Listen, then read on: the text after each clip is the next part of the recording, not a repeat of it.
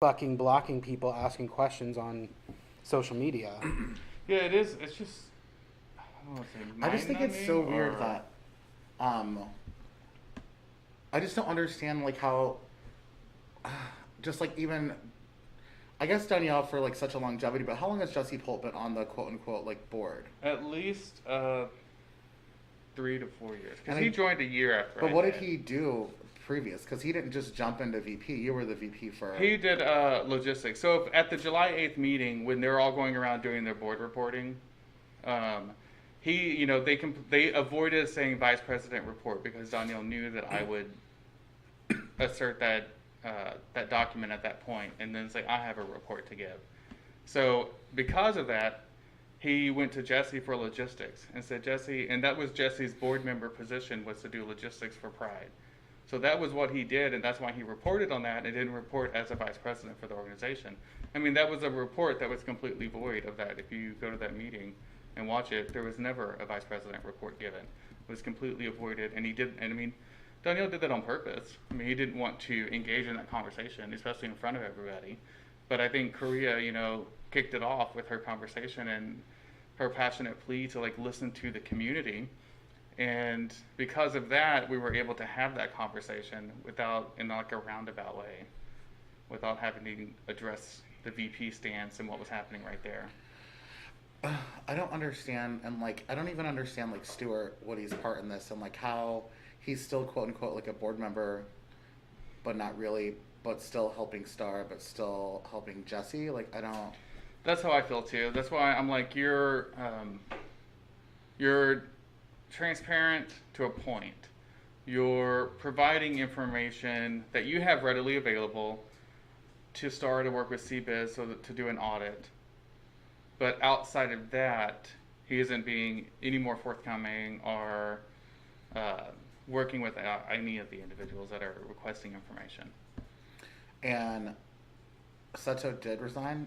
Yeah, Seto was on Friday. Is there a letter of resignation for him? As far as he sent it to your letter of resignation goes to the president, so it's up to the president to share it. So if anybody has a letter of resignation, that would either be shared with you through the individual who wrote the letter or through the president of the organization. And so also like there is a letter of resignation for Rachel. Yeah, so there is a letter for And Rachel. how as was well. that obtained? Because I have a copy of that. That was sent by Rachel to a prior board member who was requesting information. Okay. And so that was her, proof of like, I resigned, I don't have to give you any more information, please stop contacting me. But has she been contacting you still? Yeah, she has reached out to me a couple of times since then. Positive or negative? Well, all of her contacts with me have been negative. But, and I think maybe drunk, because it was like 2 or 3 in the morning, so I think you may have had at least She's contacted you through email or through like Messenger? It's all through email, not through Messenger. She's messaged you at 2 or 3 o'clock in the morning through Messenger, harassing you, even though in her letter she stated that you were the one harassing her. Yeah, and I will state, like, as far as the harassment goes, people who actually have, I feel like, a claim to that title of being harassed would be like Jesse and Stuart and Danielle. Well, not really Danielle, because I avoided him, because I don't see him as a role player in this game. Like, he abdicated his position when he walked out on the community. But as far as like Jesse, Stuart, Seto, I mean, they were getting consistent messaging from me, especially Stuart for financials. When I did reach out to Rachel twice for documents, and that was only when I found out when a meeting had taken place. And I was like, okay, well, I know this meeting was recorded because you stated you had audio issues and that you do record your meetings. So I was like, I know it's recorded and you took minutes, so can I have a copy of that? It's very professional, and I get the message I get back is you're unprofessional. How dare you ask these informations? You don't even care. You're not even doing this. Like, let it go. But so you're still pursuing information that you pursued when they still recognize you as a officer of the board. Yeah, the information we're asking for is the same exact information that we've been asking for when I was a board member at large and I do fundraising and entertainment, to when I moved from that to vice president. These are the same questions I've been asking for years. So the only people it's new to is the community, Stuart, and Rachel. Everybody else, Seto, Jesse, have all heard this before. all sat in meetings and had these conversations, either voted for or voted against what we were asking for. So they, Well, the difference is now too is then everything's a little bit more public. yeah, now it's a little bit more public, as it should have been to start with. Yeah. Absolutely. Yeah. Yeah. I just think that that's really rich that Rachel's messaging at 2 or 3 o'clock in the morning after she's already resigned, saying in her letter of resignation that you're harassing her, and now she's continually harassing you. Yeah, and I was like, When she's well, having like I didn't her even harass friends you. try to come talk to me when I'm out with friends at a bar and tell me to quit being mean and quit harassing. Well, I guess game on. Let's see what happens. I'm not harassing. If I give information to the public, like we're asking for transparency, and the public decides to ask you questions about it, I don't think that that's the definition of harassment. Yeah, I would No. agree with that. But she's resigned, and there's no reason to really go after her, even though she did call us uneducated, which is really shitty Yeah. for someone to do. That Especially somebody that, you know, is not even queer but represents themselves as an ally and continually wants to help the community, yet stands by a board of 2 or 3 people that are not helping the community. sounds like she has a lot to learn. It sounds like she does. It sounds like maybe we should help teach her a lesson. Or Yeah, I I think you know, it's like talking to a Trump supporter. You can't really change someone's mind or No, but we impress definitely can upon. change You can them. impress It is upon them the 2020. importance of what's Heidi, going on. Heidi Banks just chimed in, and I know that she's watching. I know that me and Heidi Banks had a conversation with Rachel here at Woody's on a couple of Sundays ago, a few days before she resigned. So, and it was met with victimization and crying and a bunch of bullshit. Yeah, I'd say there's a lot of the victimization. Like even I did an interview with Fox 4 Monday afternoon, and I mean one of the last questions they asked were about prior board members, criminal history, you know, stuff like that. And you know, I stated, you know, that has a part to play in someone's ability to engage in community service and be a leader in an organization. I said it's really important, and I feel that there are numerous people who would agree with me on this, that when someone serves their time and they have atoned for what their crimes that they've done, they have an opportunity to give back to society and contribute to their community. Absolutely. And I feel that you shouldn't hold someone's prior charges against them. I was like, but also in that same vein, you also don't want the leader of your organization who has access to hundreds of thousands of dollars, but also has prior convictions of fraud with financial money, with financial transactions. You don't want that individual being the sole bearer or having the sole access or being the deciding factor on financial means. Now, they can be an active member in the organization. That can be something that's established, through the bylaws or with the leaders of that organization. But that individual shouldn't be leading the organization. There's a certain, there is I think a there line. should be a lot of limited, and I think that what I don't understand too is this organization has gone on for 7 or 8 years so far, operating as a 501c3 nonprofit.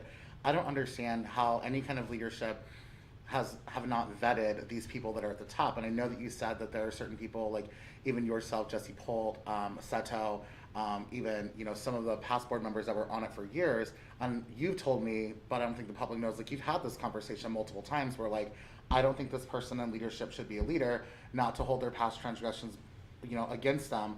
But I just don't understand how they continue to walk in leadership. Mm-hmm. And I think personally, if I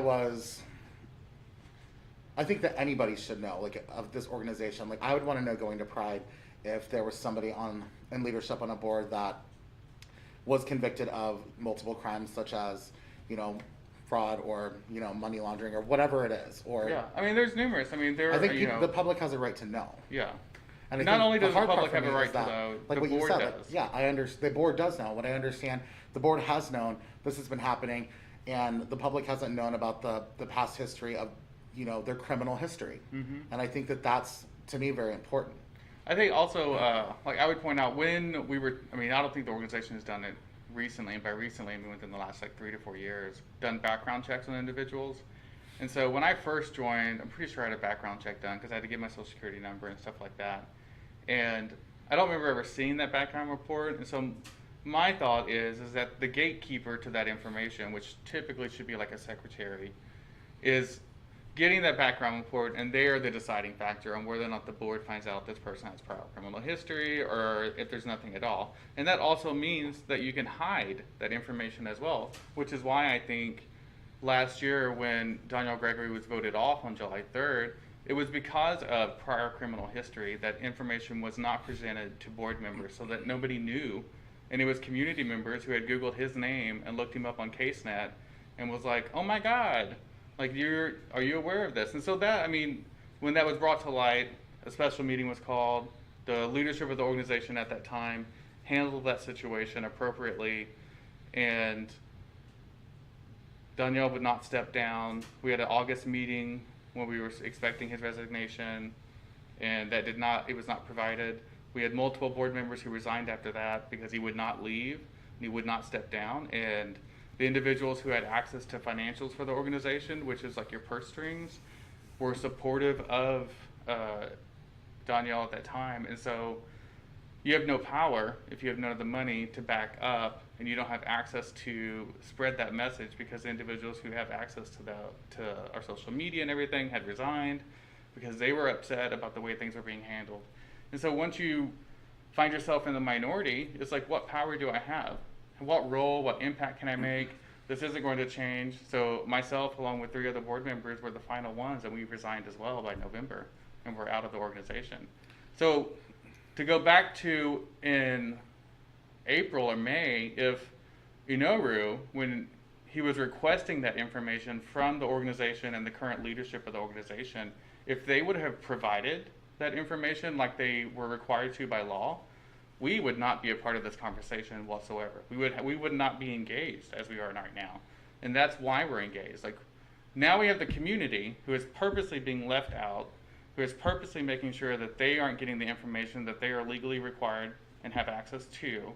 And the board, who has already faced all of this before, was like, what the hell? Like, how are they not only doing this to us as board members, but they're doing it to the community too? Like, there's definitely something that we need to be engaged in. We need to be holding them accountable and bring some transparency back, because it is clear that they don't want to share any information, and what they do share is cryptic. And that just brings more like red flags. Yeah. Well, I do want to thank Inoru for jumping into this race with Wes and Star and Bradley and making you guys feel empowered enough to come from a horrible situation over the past few years and trying to get change and transparency to helping now. I do also want to encourage people to go online, read some stuff, ask questions. Also, if you want to get on CaseNet and look up Danielle Gregory or look up Jesse Polt, go ahead. Their criminal history is there. It's for the public. This is not me making stuff up. It's in the Googles. It is. Yeah, what's the website where people can get the information? It's friendsofkcdc.org. Yeah, that's where you can go. You can nominate yourself to run for a board position. You can register to vote, so that's really important. Even if you're not nominating yourself, you can at least register yourself to vote, so that this is a virtual meeting, so there won't be a physical location. And it happens August 15th? It's August 15th from 5 to 7 p.m. It'll stream live on multiple platforms, so you'll be able to watch it whether you have a Facebook account or not. So. And anybody in the community is available to go in there, look at it. If they feel that they want to be a part of this board or committee, they can definitely throw their name in the hat, answer all the questions. You don't need any experience. All you need is a passion and a drive to make your voice heard and be a representative of your community. So it's a pretty powerful moment right there for anybody who wants to take a step and just try and make a difference. Yeah. Well, can we get started, I guess? Oh yeah, hey guys. So I'm Ace from Woody's. This is Wes. We have a special guest I'm Larry Sharp. from. I am the events chair for the KC Bear Mafia. Yay! Nice. So it's very special today, right? it is. Because we have like we had Mr. Jared Horman, local wonderful artist and great friend, create a logo for us. Yeah, so the logo is going to be announced next week. We're going to drop that. Work. But we have changed our Facebook name, YouTube page, Twitch, which is like the new YouTube, I heard. How trendy, right? Ooh. Ooh. So those are alive and going, so you can access our videos on multiple platforms without having to have an account in any of those. So that's really incredible. And Say your name, Bastion. what? Say your name. What's the name of what's our new show called? Unboxed. Ooh. Boxed. So the point of that, we always talk about unpacking things. You can unpack this, unpack that. So we play on words. Unpacked is pretty. Can be played out in its own sense or be overused. And so we came up with the Unboxed, and so that's really exciting as an opportunity to we're just unboxing ideas. We're not going to unpack it. We're not going to go deep into, the structural background to it and what's your psychology of it. But we can unbox it and look at it like, look at these cute underwear I got in the mail. Or is it Christmas? I don't know. I don't remember ordering this. I think it was 3 in the morning and I bought Oh my something. god, I love your box. What's inside of it? Can I unbox it? Yeah, so you may hear us saying unbox a few times. To sort of like plug. And then Branding. once we get the logo and you guys can see what the logo is and everything, we'll talk about what that means as well and why certain shapes were chosen. Because it's really important that you're intentional with what we're doing, and then what we're talking about is intentional as well. Like, we want to make sure that we're having an impact in our communities and that we are reaching individuals and we're working to reduce stigmas and bias.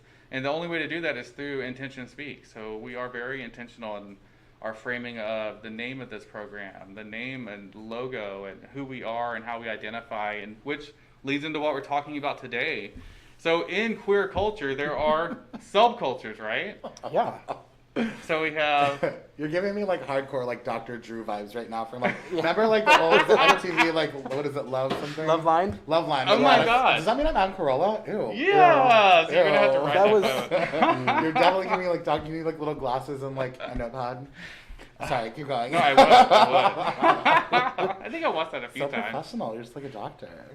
I've done a few interviews, so it helps. Couple, one or two.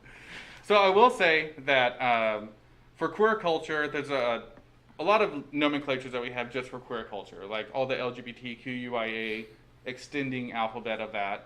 So that would be our nomenclatures. But there is subculture underneath that, which covers like bears and otters and pigs and Pups and wolves and all sorts of twinks. things. What are Twinks. twunks? That's one too. Mhm. What are some other Cats? cats? Goats? No, wait, I Daddies? don't know. Daddies. Mommies? Daddies. Sirs?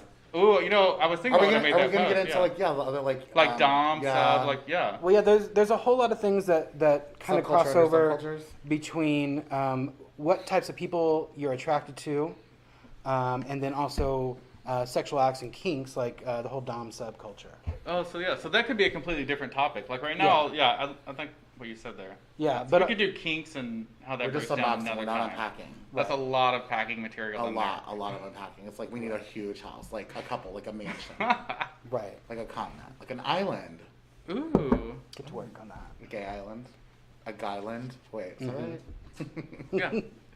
So, yeah, what are we starting? What are we talking about? What are we starting with? How I does think this work? because you represent KC Bear Mafia, or you're in that organization, Yes. we could start with the bear. Yeah, so the bear subculture kind of grew out of the people that didn't feel like they were a part of mainstream gay culture. They didn't feel like they were thin enough, or they were too hairy, or they were attracted to secondary masculine archetypes like beards and chest Wait hair. a minute. Secondary archic. What did you say? Secondary masculine traits? I've never heard that before. Tell me, what does that mean? I mean, I don't know everything about it, but Secondary when masculine traits. like there's primary masculine traits like that we identify as masculine usually. Right. Like just I don't know the way. I don't like. What is secondary? Like that's wild. I've never heard that term. I feel like that's something I want to unpack later. Ooh. But Ooh. thank you for unboxing that for me. Sure. Yeah. Because there's I mean, but I think over time the bear community has kind of evolved into kind of a catch-all for a lot of different people that don't feel like they are a part of mainstream gay culture or they're not a twink. So Which they're I think not like Instagram famous. Well, I think when people think, especially like straight people or people who are younger and kind of seeing queer culture from the outside before they are really ready to say, this is who I am, they see, and that's how my journey was, you see gay people on TV and they're thin, they're hairless, they're pretty, They're white. they're mostly white, they care only about their clothes and the gym, and you know, most gays do care about those things, but I think that it was hard for me to accept that I was gay because I didn't see myself in gay culture until I discovered the internet when it was born. Oh. Right? Well before Woody. But like, you know, there was a lot of Dial-up? underground sites on IRC, which was a relay chat system. There were bulletin boards that catered to bears, Usenet groups. That's so interesting that you just were just like, I didn't see myself in mainstream. Like I had to go underground to like identify. Like that's very telling of like even our culture and like even growing up queer, like younger and having to like hide your identity and kind of like be in the closet, but even that like put yourself in your own box and closet yourself. And then when you do finally realize and want to come out, you don't see that. So you still have to go into like another subset of closet or like a basement or something like that. That's such an interesting like parallel. Yeah. Sorry, it's just off my brain. Well, no, like a lot of people talk about when they are a bear and they come out to friends and family. You know, I have friends that I had to tell them I was gay, and then I had to tell them I'm attracted to big hairy dudes. You know, like that's my jam. And they're like, what? You know, so Like there's you were supposed to be attracted to like the Jacks of Will and Grace. Like Oh, because that's Yeah. who they identify. that's who they as. that's in their mind. That's Yeah. what gay people look like. Wow. Yeah, I never thought about that having like to even- come out again. Yeah, and like even within looking the at culture. the cast of Chorus Folk, like those are all skinny white men. Yes. Yeah. Yeah, So and you it's, kind of white men. embrace like Yeah. a small narrative of like being a geek because you buy comic books or being somebody overly sexualized like Brian Kenny or like the twink like Justin, but they still all fit the same like body type, probably socio like economic kind of class. Yeah, I'm like, Yeah. were there any bears in Queer Folk? I can't No, remember. I guess there was Ted who was a little bit older, but even he was an accountant and rich and white. Yeah, he was skinny though. He wasn't Yeah, and Emmett, super queer. super queer, super infemme. He would have been like Jack. They and got, like, I the- love those shows, Yeah. that show, but I never saw myself in that, and For sure. I never got to experience that kind of queer reality where you walk into Club Babylon and there's just everybody dancing. Oh, yeah, I wanted that. Until I got discovered that. Bear Runs. Oh, so that was your Babylon. moment to feel that acceptance, that level Yeah. of that's incredible. My and this is I told you a few weeks ago that I wanted. I was like, I'll save my bear story for when we're talking. So I have my first interaction with bears because I never had an opportunity to interact. I didn't know what bears were. So I went to Gay Days in Orlando, and this was probably 2009 or 2010. So it was like a decade ago or more, almost, yeah. So I'm walking around with my best friend at the time, and neither one of us would be considered bears in any shape or form. And we're walking around where like the main DJ was, and all the Twinkie, hunky, your stereotypical gay imagery was, and and we just sort of like blended to the crowd there. So we were like, well, there's multiple parties going on. Well, we were looking at the map and for the play space or where it was taking place. I know, I was like, if you haven't been to Gay Days, you should check it out. So we went to the other, like the other pool, because there was a lesbian side, and then the main Twinkie male side, and then there was like this bear side. So we went over to the bear side, and we had not only the best time, but that is where we spent the rest of our trip. Like, we didn't go and hang out by the main pool with everybody else. Like, we went and hung out with the bears. They were super nice, very affirming, and we're like, you guys are so great. You look great. You're not our type, but you can hang out with us. And we're like, oh my God, thanks. Like, never even thought that was, like a thing that you couldn't participate or be engaged. But they totally did not feel welcomed or a part of that larger group over, like, they were a smaller group within our own culture. And I thought that was really interesting, like hanging out with them, getting to see that perspective. It's just something I'd never even thought about before. And there is a dark side to that as well, where bears can be seen as very exclusionary. Like the website where I met my partner Matt on was before the apps, before everything was just a regular ass website. The guy who owned it would regularly kick off anybody who wasn't hairless or they were Asian or black. Wow. And there's even bear groups like the Great Lakes Bears in Chicago who used to put on Bear Pride. They had like a bear purity test in their bylaws. What? Whoa. That would make it so you couldn't be too fat, you couldn't be too thin, you had to have this much hair. And Oh my. Yeah. And so we, as the Bear Mafia, That's so exhausting to even try to enforce that. I would Right? feel like Yeah. why would you? Let's You got be a like- lot of free time. right? yeah. And that's why we say bear is a state of mind. You also have like a I lot like that. of like. You know, Yeah. it's if bears are generally creatures who want to be comfortable, and I think that we as queer individuals, as mostly gay and bi men, that we want to be comfortable in our own skin and around other people. And that's why it's very important that a lot of our work is creating spaces for people to have that feeling that they can belong somewhere. So when you have your organization and your events, and I mean you're branded as the KC Bear Mafia, but there are even more names or identifiers that fall under that. Yeah, it's kind bear. of like an umbrella for the most part. There's cubs, Right. Okay. which are generally seen as younger bears. There's otters, wolves. What's an otter? An The otter. otters are playful, right? Like, Yeah, I would say most people look at otters because when people think of bears, they think of husky, bigger builds.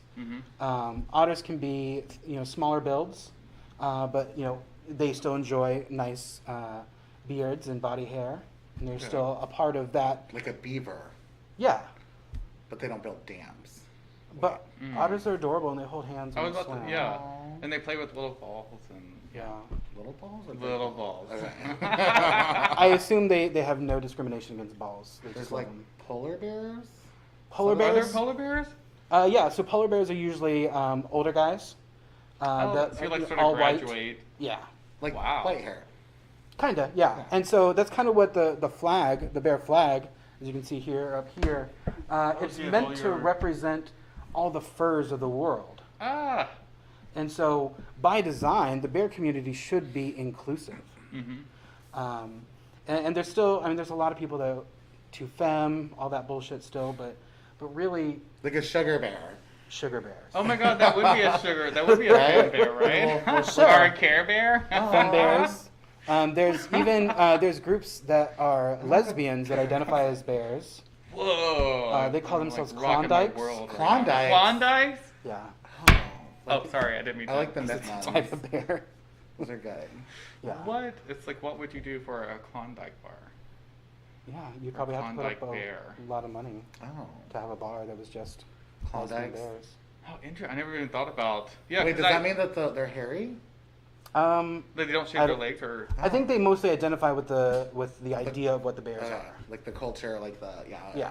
Not Oh, maybe like the interesting. physicality of. not the secondary masculine trait. There we go. There's that word again. I love it. I think it's really important because the whole time we were talking about this, I've only thought it from a male perspective, and I did not take into account a female perspective, or that they would even identify with any of those terms like bear, otter, or cub, or anything like that. So to think that is like, it's to me, I'm like, oh, Yeah, What? to There me, are it's lesbian pretty too? new experiencing that, and I think it's great. I think there are still people that want to have more of a male-defined space sometimes, and I think that's okay. I think everybody should be able to have a space they can carve out and say, "This is for us right now." Oh, that's such a very bold statement to say in 2020. Yeah, but I don't say that to be super exclusionary. I think No, I mean I would agree with that too, especially like coming from like Woody's KC, like we're very like all-inclusive bar, but I feel like sometimes too, like this was a narrative that happened even a few years ago when I was in Chicago, where like a lot of the queer bars would not let bachelorette parties in, because like if we felt like queer spaces were being taken over by everyone, and sometimes you just need your own space for a little bit. Yeah, and I kind of agree with that, especially before marriage equality took place, that it felt kind of crappy. But like Bear Bust at Hamburger Mary's, that's a night that is supposed to be for the bear community.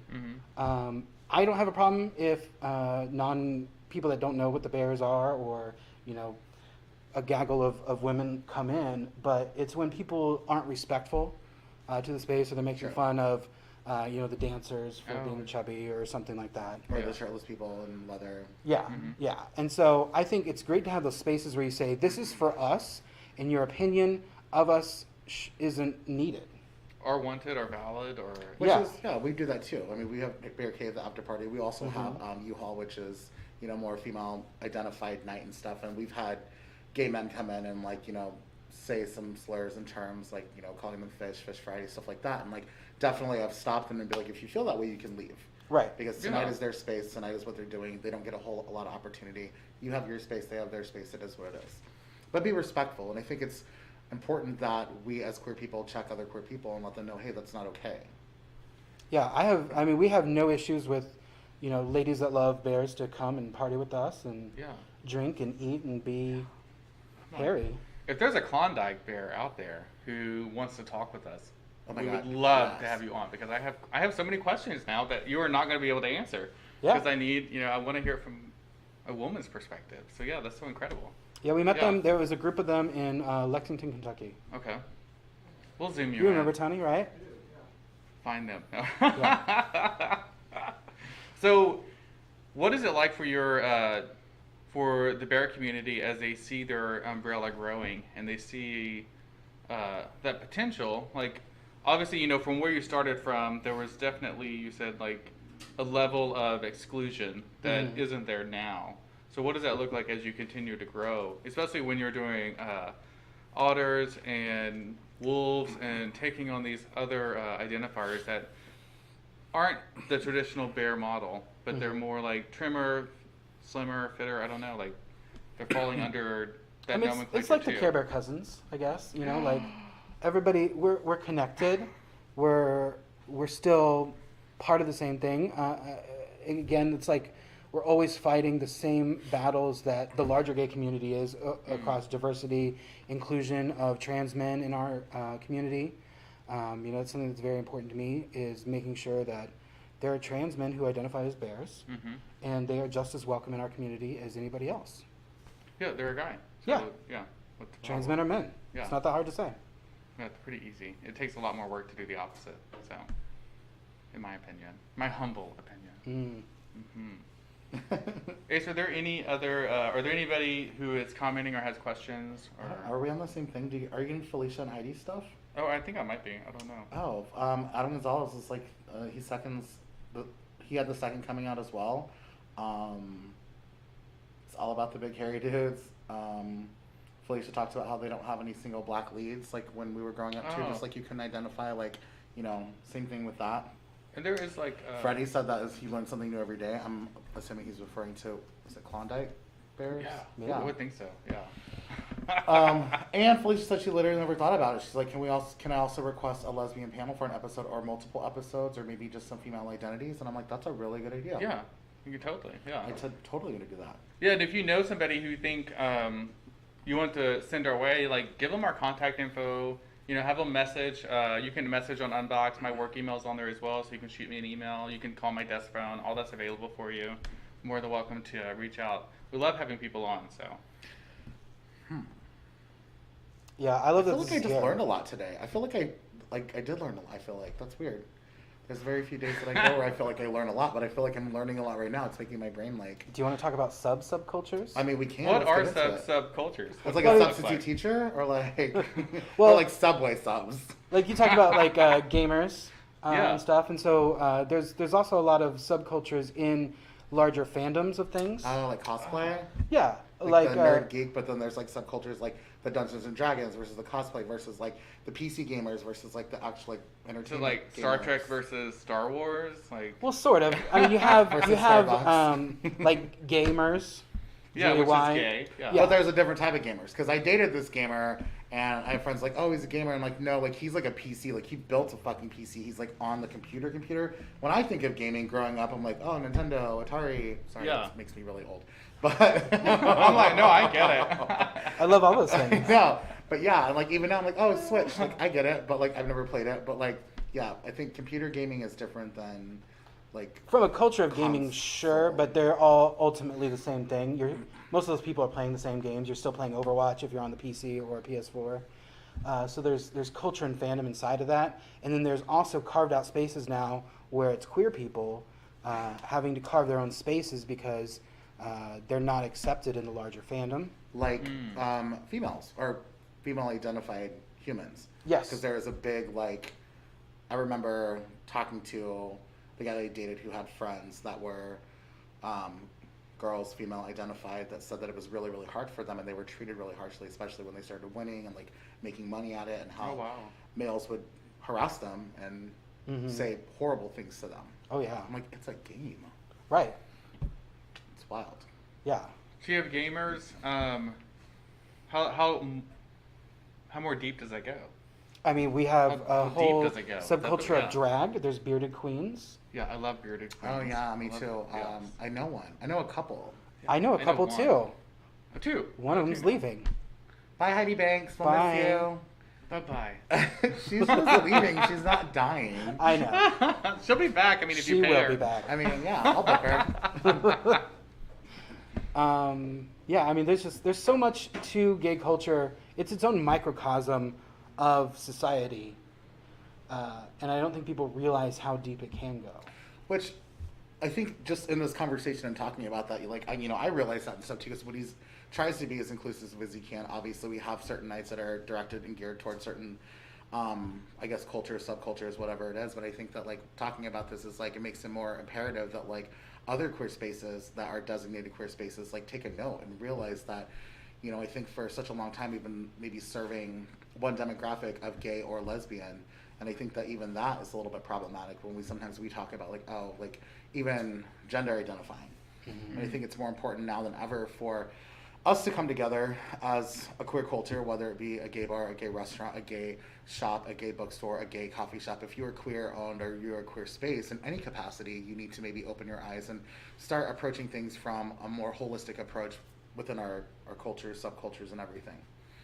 Yeah, I think that's really important. I think like you can see that at KC Care, how they have moved from the first name, which was, Mm-hmm. you wanted to address somebody by the first name to create that personal contact, and that Mm-hmm. respect. But when you're working with trans individuals and you are a clinic that sees trans individuals, especially for accessing hormones or for behavioral health services or whatever direction that they're going with their health concerns, that you respect how they identify. And so switching over to calling everybody by their last name has made a huge difference in the way the clinic protects someone's identity, doesn't out them to other individuals who may not be as accepting in the clinic, or maybe to people that who they're not out as well, Mm-hmm. and they come with them to the clinic as a friend or as support. So I think it's really important you take those little steps as much as you can. And I think even those little steps and using verbiage and trying to remember, I know like from the jump here at Woody's at the very beginning, we've always, when people start a tab, when they come up to like, oh, I have a tab, cool, what's your last name? And if maybe we have 4 or 5 Smiths, then we'll ask like, well, what's your label maker on your card? Like we don't say like, what's your first name? We don't say like, what, you know what I mean? Because that's not their first name. That's just the label that's on their card. So making sure that we are respectful of like their journey in life and also respectful as them as humans. I think it's very, very, very important. Which is sad. It shouldn't be hard to change your identity on like legal documentation. It's a little, that's a whole nother It topic. shouldn't. That Right. is a topic. takes a So, little- yeah, I especially mean, for it shouldn't trans be that individuals. hard. Some of it is, but some of it too, it's like what I've realized in some of that with some of my trans friends is that like it's not as simple as paying money and going to court and getting it done. It takes a lot of time, a lot of courage, a lot of effort just mentally to prepare yourself because everybody's transition is so different. Just like everybody that's gay, like your coming out was super different than Wes's or myself's or anyone else's.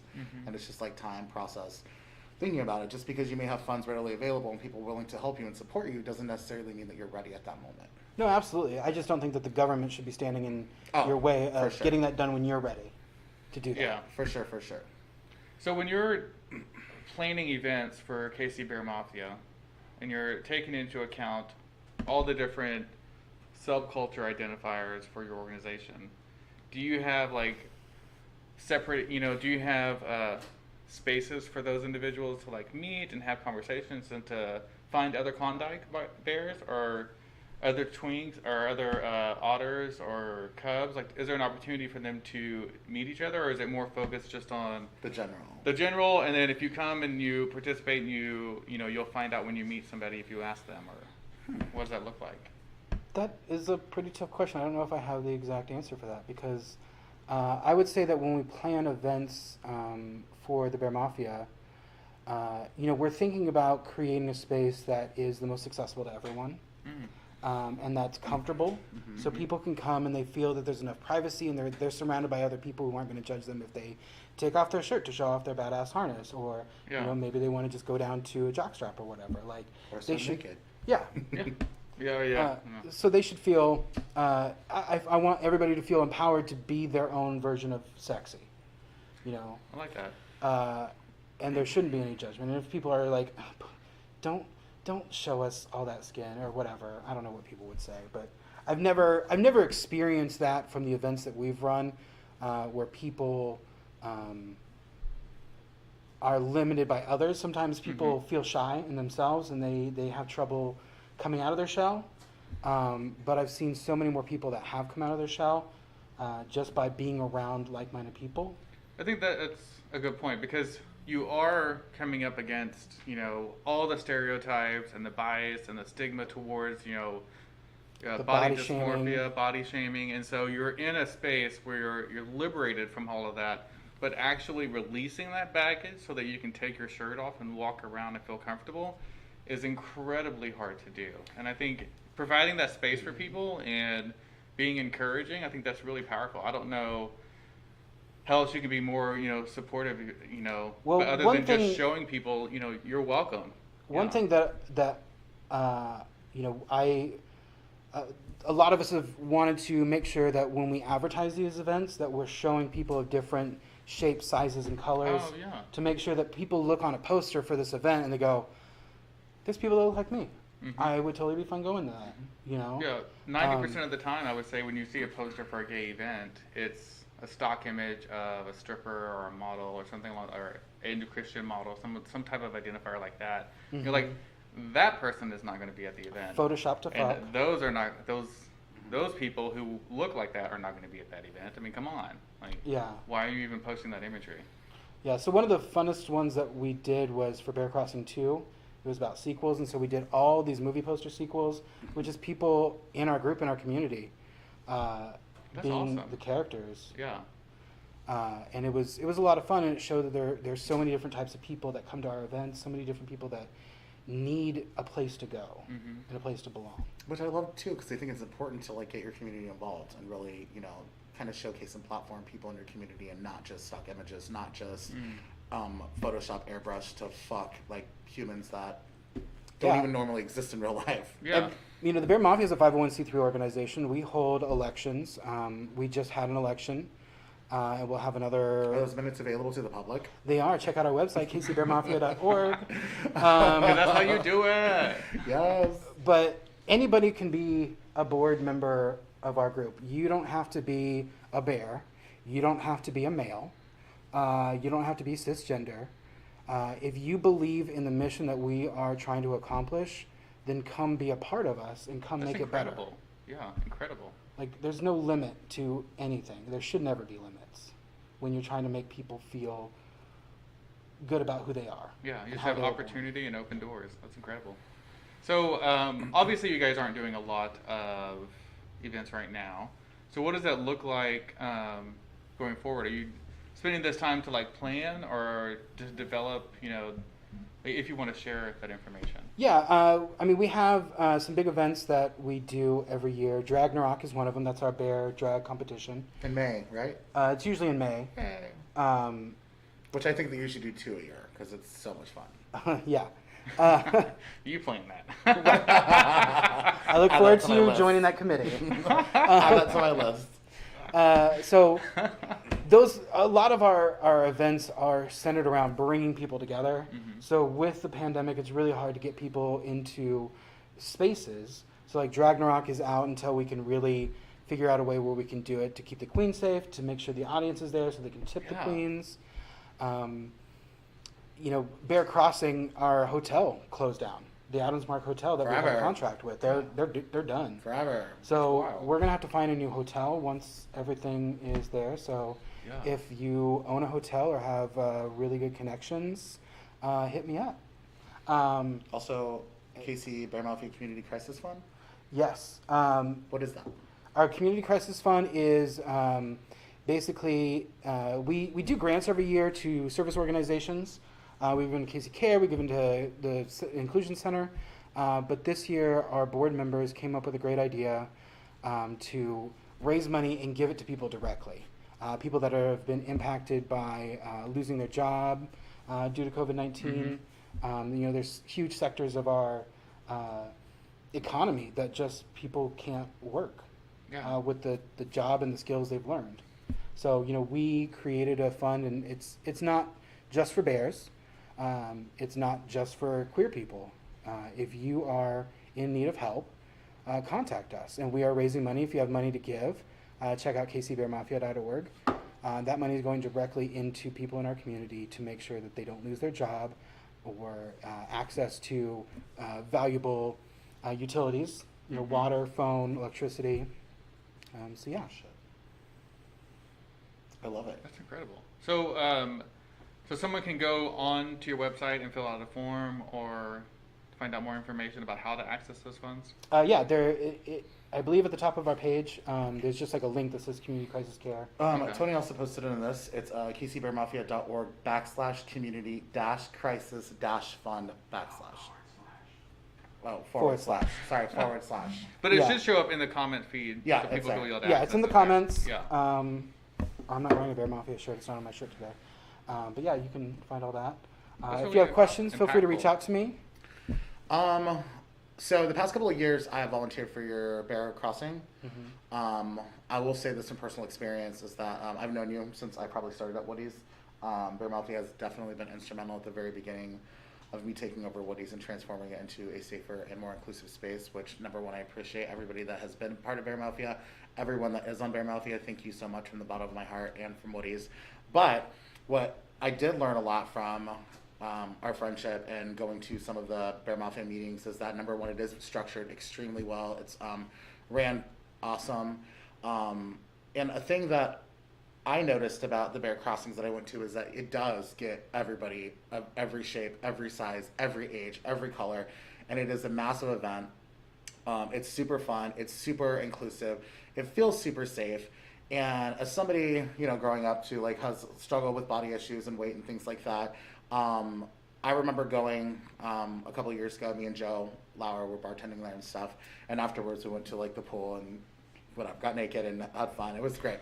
But Those are options? Yes, but what I would say is that being in an environment in a space like that and seeing Sorry, Adam's all Mark. of those people, I would have been there. all those humans being there, feeling super comfortable in their skin and feeling like they were, proud and excited and having fun, it definitely made me feel more empowered to be my authentic self. And I think that something like that is definitely something that I took away to try to bring to my staff to maybe expel to other humans that come in here. And I think that it's important that when we as queer people really are our authentic selves, that even if we're scared and we are timid or we're shy, if we just push through that, you don't know how many people are watching you, to know that sometimes when you are your authentic selves, it definitely gives another person an opportunity and a little bit of a push to be their authentic selves. It helps them move forward and not feel so alone, not feel so ashamed, and not feel so scared.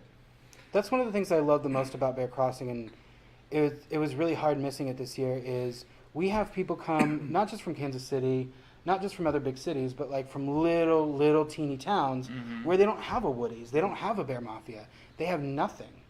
And so they get to come, and they have to travel 2, 3, 4 hours at a time to come to one of our events, or something. St. Louis has a bear run too. They go to these things, and that's the only chance they get to really feel connected to something. It's their community. It's Yeah. their one time to engage with their community outside of their isolated space that they're living in at that moment. And I think that's something that a lot of people live in Kansas City, because I think a lot of it, we are the Midwest, we get a lot of, you're from a small town, I'm from a small town. I think that sometimes as we get older and we start living in this vacuum and having all of our friends be kind of queer and working in queer spaces or queer organizations, we forget sometimes what it was like to be that little queer kid in the closet alone with no friends. And it's something that we need to remind ourselves all the time, is hey, there's other people that are still, unfortunately, in America living that same life, and it sucks. Yeah. That's why I thought this year when Pride went global, as far as a virtual Pride, and so they spent a 24-hour cycle with prides all over the world who were engaging at their hour block. And KC had its time in there too, where no matter where you live, no matter how you identify, if you had access to a smartphone and could log in, you could see people from all over the world celebrating Pride, and you were a part of that because you're all experiencing it the same way, regardless of where you are. And I thought that was really powerful, and what a new way to transform how Pride is seen, as opposed to you have to travel hours or days or book hotels and take all this, and spend all this money when you just want to have that experience shared with your community.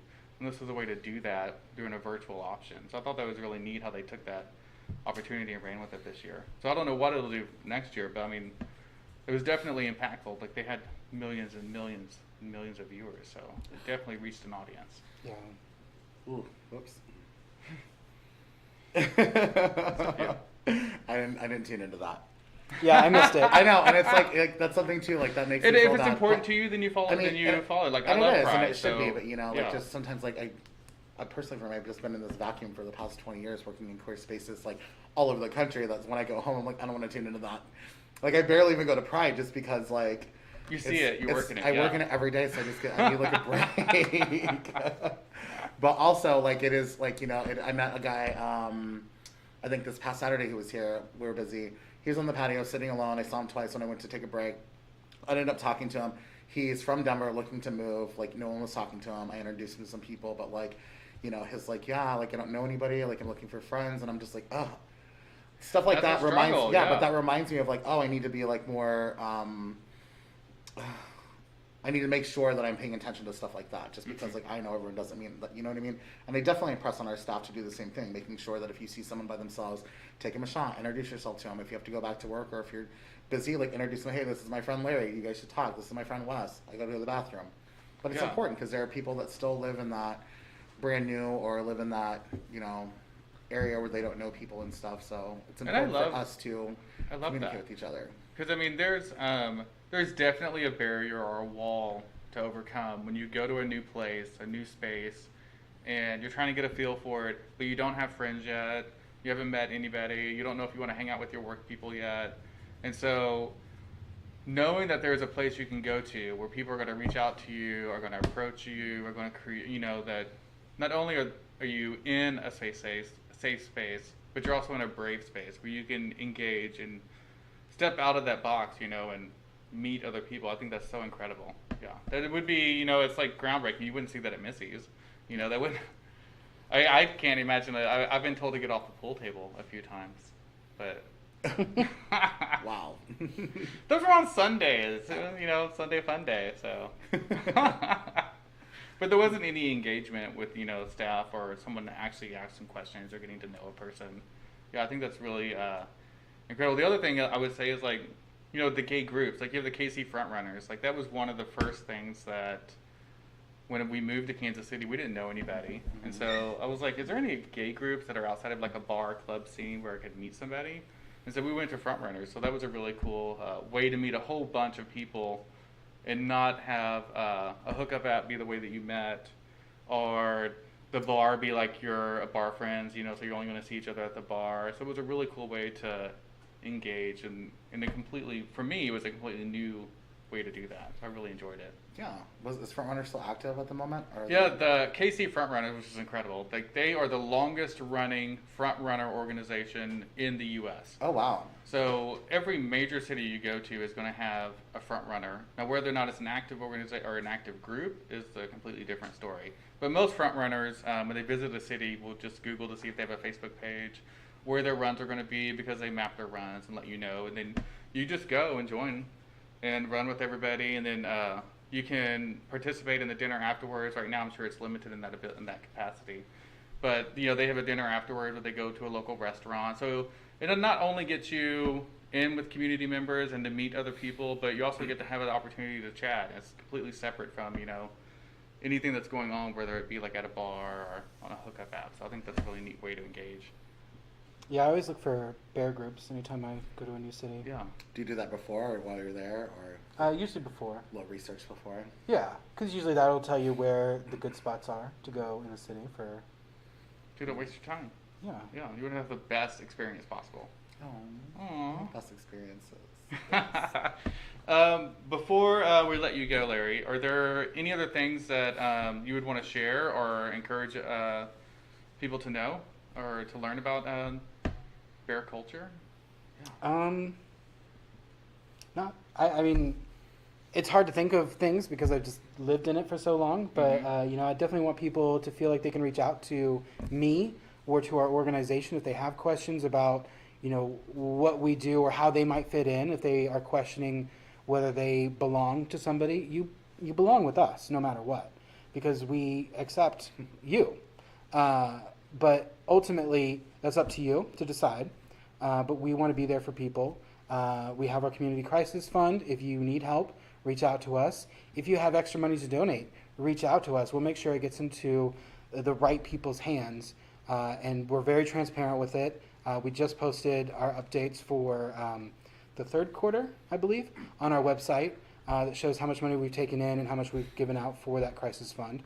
But we can't do it without the help of our members, the service organizations in the city, and definitely queer-owned businesses.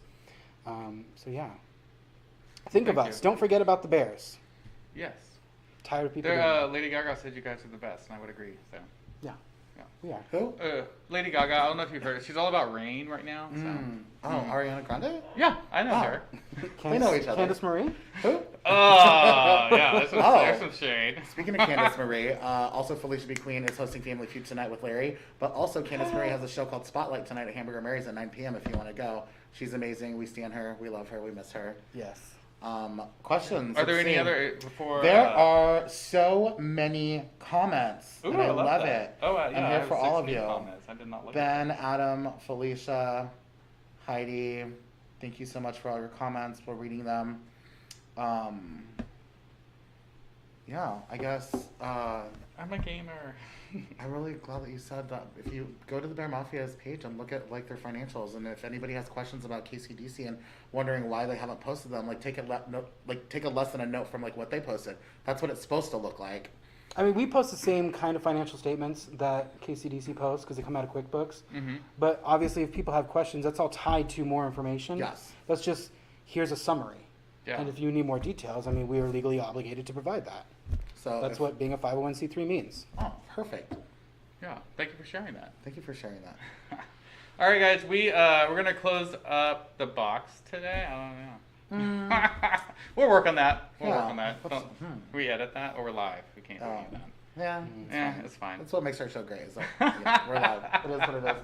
Larry, thank you so much for joining us. You're amazing. You're one of my closest friends. I admire you and I love you. Your organization is awesome. And once again, was it kcbearmafia.com? .org. Awesome. Thanks, guys. Thanks Tune for in having next me. week. Bye. Be sure to wear your masks. Mask for mask. Masks.